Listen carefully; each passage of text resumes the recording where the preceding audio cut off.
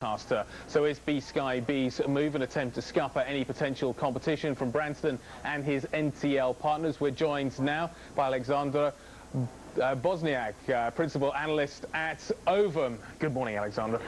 Let's talk about in aggregate what's happening here. We have clearly B-Sky-B getting involved in a story which everybody thought it would find it hard to do so. What is this doing to the shape, and what are they attempting to do to the shape of the British media landscape? We always believe that the implications and in fact the increase in in-market deals will be on the rise. Convergence in itself, it's not just about new players entering the market, but also about relationships increasingly becoming important and implicating the pay TV market structure in the UK market.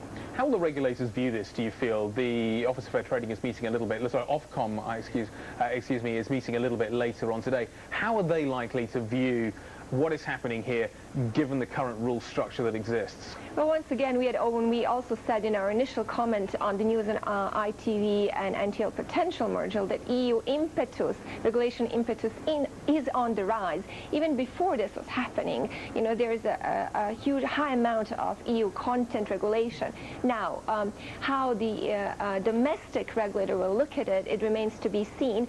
What I can do, and I can say from the consumer perspective, it does implicate the market structure and the players, and most importantly, the choice of media we consume. If we do have, you know, one critical player having stake across the media landscape.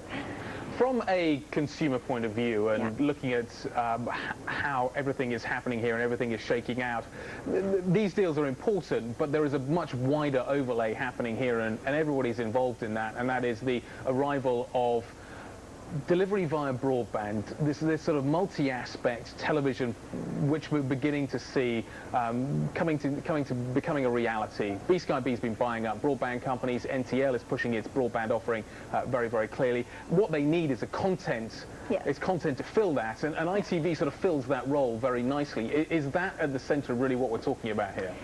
Partly, yes, indeed. ITV is a hot property, you know, and we did say again, I repeat, in our very initial first comment that some of the ITV independent stations will try to liquidate their non-performing assets. What is happening here, in fact, is beyond the actual ITV. It is a chess game, and now we see a stalemate position, if you will, in terms of competition in the UK market. So it remains to be seen what happens, really. Aleksandra, thank you very much indeed for coming in and talking to us. Aleksandra Bosnjak, principal analyst at Ovum. Well, coming up next, we will bring you up to speed with all the top stories making headlines across the globe. Plus, President Hu Jintao will arrive in New Delhi today. We will have analysis on what this high-level visit means. Stay with us on Worldwide Exchange.